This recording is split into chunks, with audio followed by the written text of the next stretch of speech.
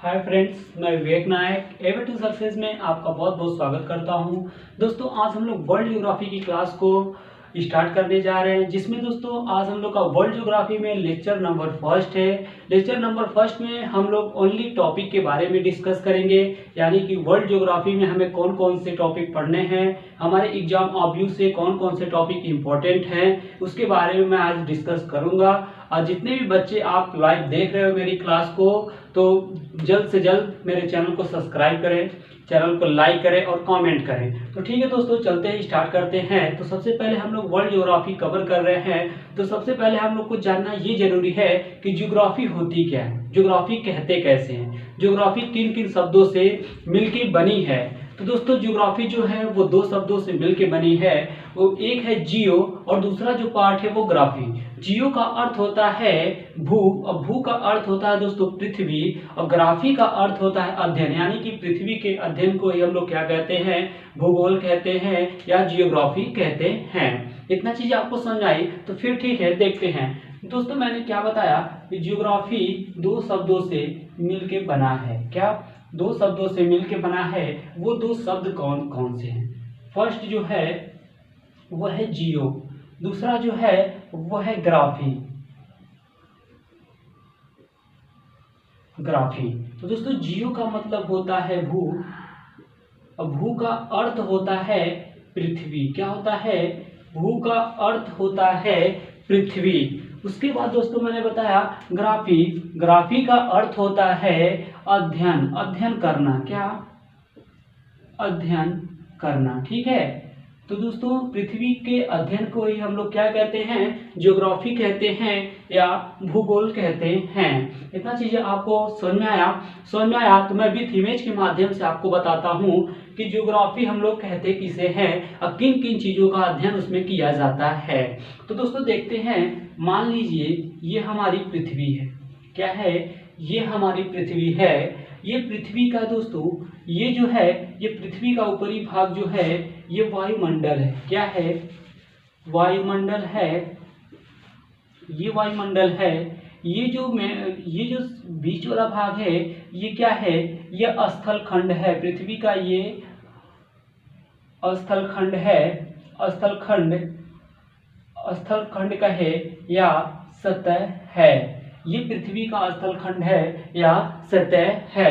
उसके बाद दोस्तों, ये जो निचला भाग है ये पृथ्वी का गर्भ है। क्या है? ये पृथ्वी का गर्भ है। यानी कि देखा जाए, इमेज के माध्यम से देखा जाए तो हमारे ऊपर जो है वो वायुमंडल है, बीच में जो है वो स्थल खंड है या सतह है, जहाँ पे मनुष्य क्या करता है, निवास करता है। कहाँ पे मनुष्य निवास करता है? तो मनुष्य स्थल खंड पे निवास करता है या सतह पे पृथ्वी के निवास करता है। और नीचे देखा जाए तो पृथ्वी का गर्भ है। तो इन्हीं तीनों के अध्ययन को दोस्तों हम लोग क्या कहते हैं, ज्योग्राफी कहते हैं या भूगोल कहते हैं। इतना चीज आपको समझ में आई? मैंने क्या बताया? मैंने बताया कि वायुमंडल, पृथ्वी हमारे ऊपर क्या है, वायुमंडल है। सबसे नीचे क्या है? पृथ्वी का गर्भ है। और बीच में क्या है? वो स्थल खंड है। तो स्थल खंड पे हम क्या करते हैं, निवास करते हैं। यानी कि वायुमंडल का अध्ययन, स्थल खंड का अध्ययन और पृथ्वी के गर्भ के अध्ययन को ही हम लोग क्या कहते हैं, ज्योग्राफी कहते हैं या भूगोल कहते हैं। अब दोस्तों बात आती है, आपसे कोई कह दे कि आपसे कोई कहे कि आप ज्योग्राफी की परिभाषा बताइए। क्या? ज्योग्राफी की परिभाषा एक लाइन में बताइए। तो दोस्तों आप लोग क्या बताओगे? मैं बता रहा हूं कि आप लोग कहोगे कि भूगोल वह विज्ञान सम्मत विषय है। क्या? भूगोल वह विज्ञान सम्मत विषय है।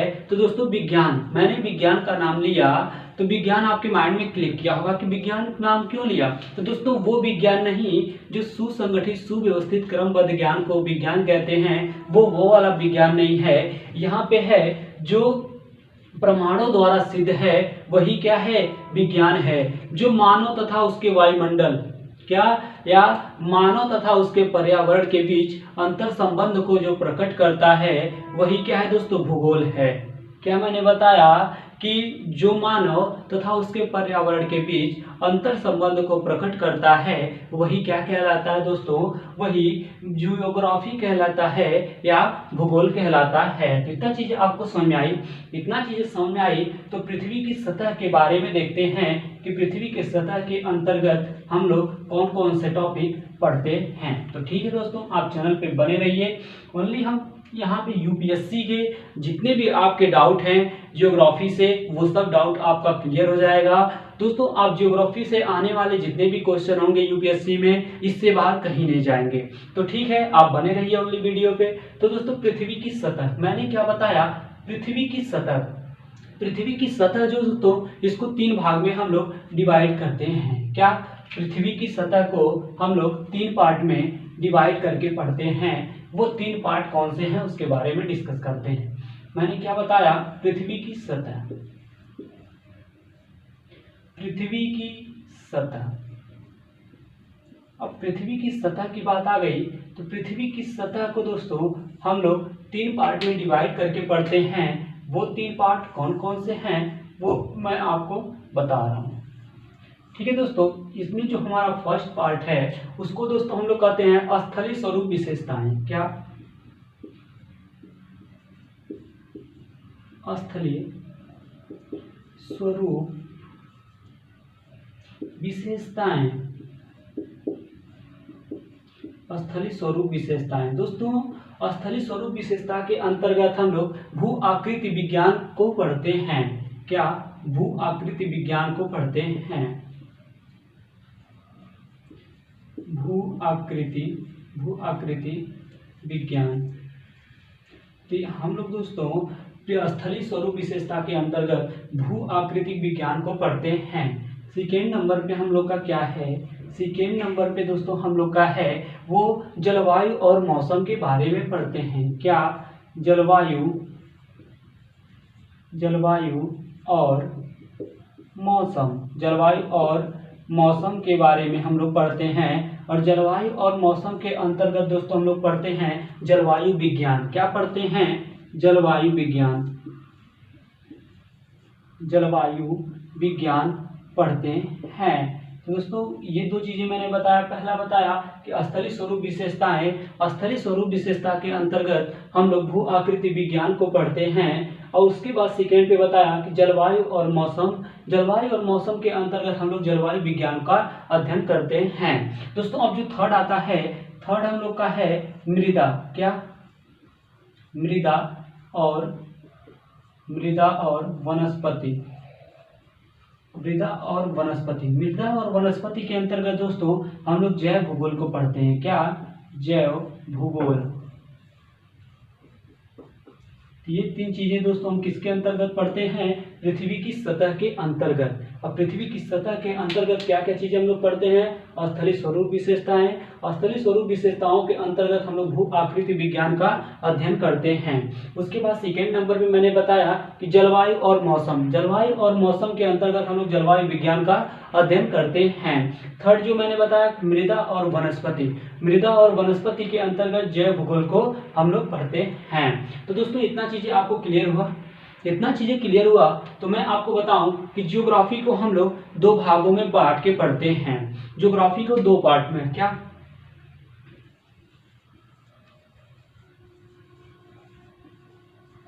ज्योग्राफी को हम लोग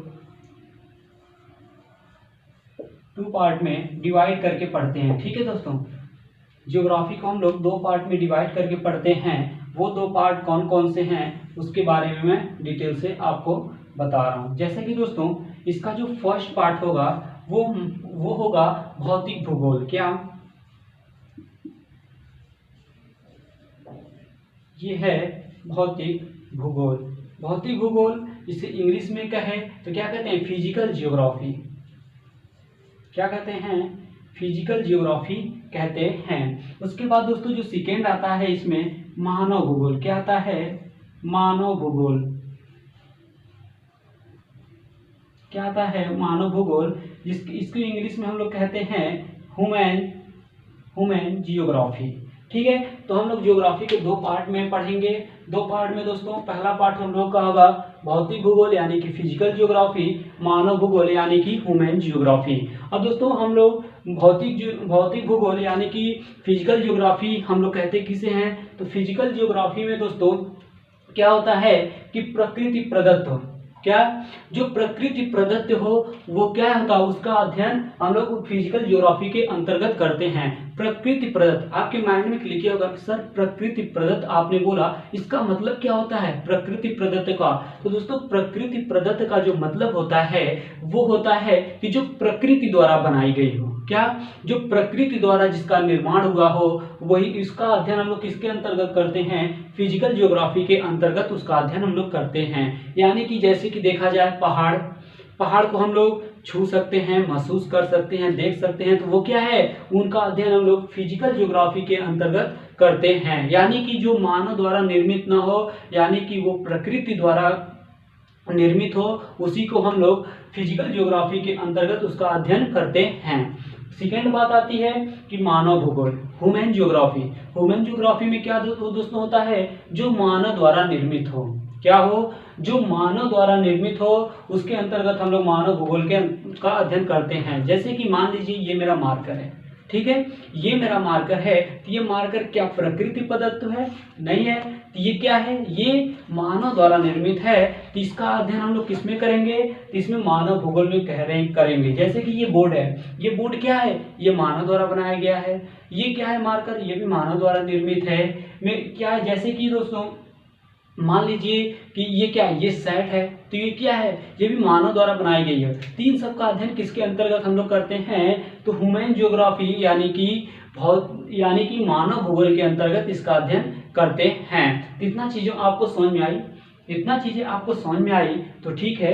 अब आगे चलते हैं। आप लोग इसे नोट डाउन करते रहिए, आप लोग इसे नोट डाउन करते रहिए, क्योंकि दोस्तों मैं इसलिए आपको चैप्टर के बारे में फर्स्ट लेक्चर में बता रहा हूँ कि क्योंकि मान लीजिए मैं पढ़ाते चला गया, कोई भी चैप्टर आप मतलब छोड़ दिया मैं, या मैं ही भूल गया, तो वो क्या है, वो आप लोग याद दिलाओगे तो वो चीजें क्या होंगी, मैं पढ़ा भी दूंगा, ठीक है, वो चैप्टर आपका छूटेगा नहीं। इसलिए मैं चैप्टर पहले ही दिखा दे रहा हूँ कि कौन कौन से चैप्टर हम वर्ल्ड ज्योग्राफी में आपको पढ़ाएंगे, और कौन कौन से चैप्टर से ये अपने एग्जाम ऑब्वियस से क्वेश्चन आ सकते हैं या आगे 10 सालों में पूछे गए हैं, तो उस चैप्टर के बारे में मैं डिटेल से आपको पढ़ा रहा हूं। तो आप लोग अपनी ज्योग्राफी की एक नोट बनाइए, इस नोट पे क्या करिए, ये चैप्टर जो मैं जितने बता रहा हूं वो नोट डाउन करिए। ये चैप्टर जब आप नोट डाउन करेंगे उस पर, तो ये हमेशा क्या होगा, जब भी आप कॉपी को अपने रिवीजन करने के लिए खोलेंगे तो उसमें क्या होगा, पहले आपको चैप्टर एक बार देख लेना है कि कौन कौन से चैप्टर हमें वर्ल्ड ज्योग्राफी में पढ़ने हैं, और कौन कौन से सर हमें पढ़ा दिया है, और कौन कौन से टॉपिक हमें सर छोड़ा है। तो ठीक है,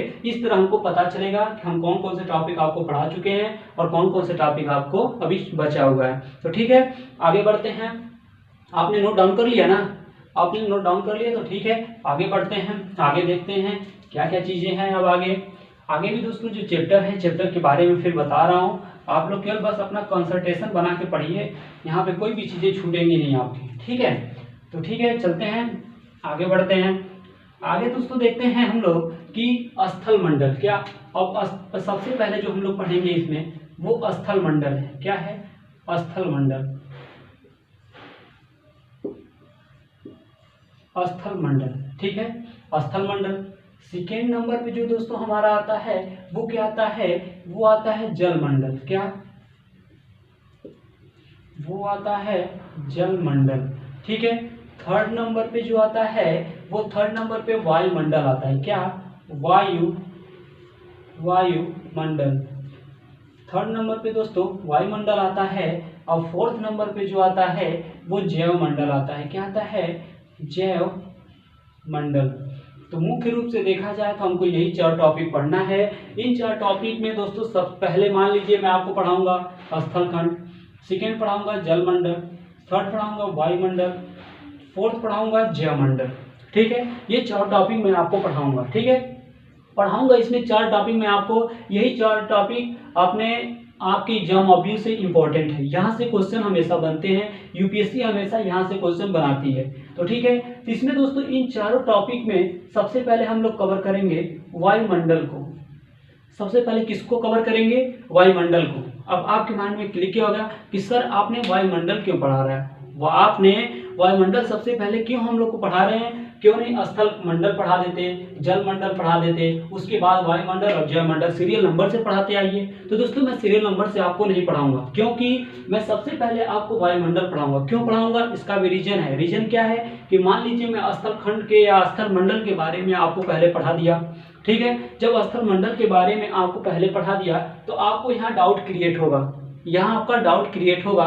जब यहाँ डाउट क्रिएट होगा तो आप हमसे क्वेश्चन क्या करोगे कि सर यहाँ स्थल मंडल बना कैसे, स्थल जो मंडल है वो बना कैसे। तो ठीक है, यहाँ भी डाउट तो मैं क्लियर कर दूंगा, बट उसके बाद अब जय मंडल पढ़ाऊंगा तो जय मंडल में भी आप यही ऑप्शन लोगे कि सर जल मंडल बना कैसे, ठीक है।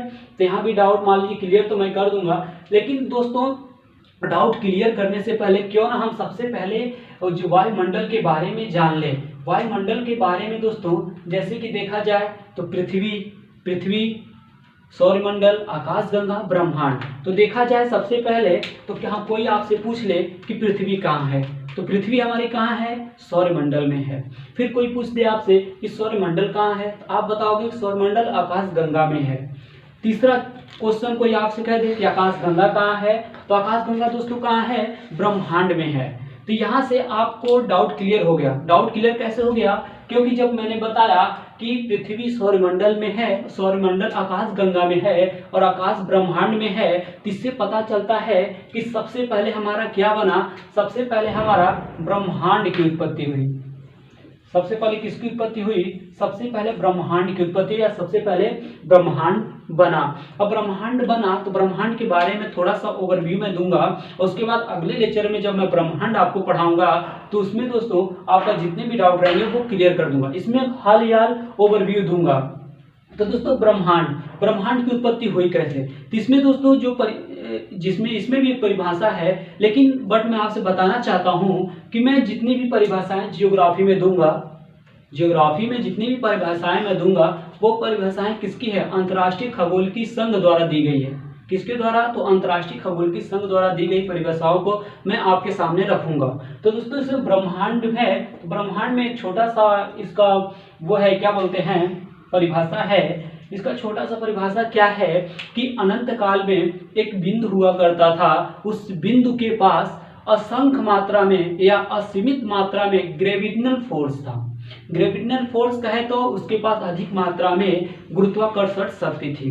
वो अपने गुरुत्वाकर्षण शक्ति के कारण ही क्या हुआ, वो छोटे छोटे जो कण थे ब्रह्मांड में, जो छोटे छोटे कण थे वो कण को अपनी तरफ अवशोषित किया या अपनी तरफ खींचा।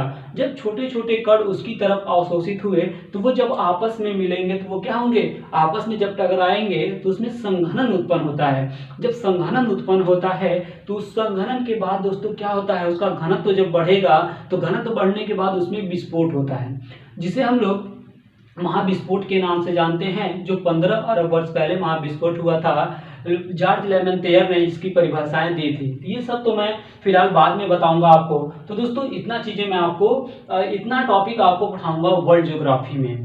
तो वर्ल्ड ज्योग्राफी में इतना टॉपिक है, तो आप मुझे आशा है कि आप लोग नोट डाउन कर लिए होंगे, जितने भी टॉपिक है नोट डाउन कर लिए होंगे। तो ठीक है दोस्तों, आज के लिए इतना ही, मिलते हैं नेक्स्ट डे। बहुत बहुत धन्यवाद।